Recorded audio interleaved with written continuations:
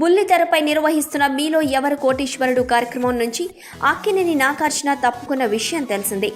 ఈ షో తెలుగు ప్రాంతంలో sensation create చేసిన విషయం తెలిసిందే. ఇప్పటికే ఇది 3 సీజన్లు పూర్తి చేసుకుంది. నాగార్జున స్థానంలో మెగాస్టార్ చిరంజీవి ఈ షోతో 4వ సీజన్లో రాబోతున్నారు.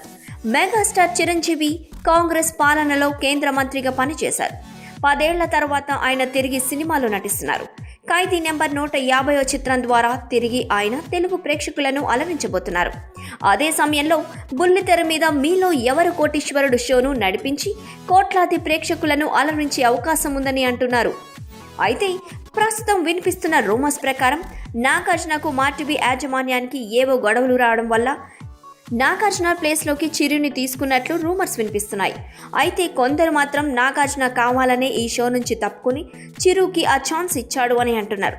ఇందులో ఎంతవరకు నిజముందో చిరు నాగ్లకే తెలియాలి.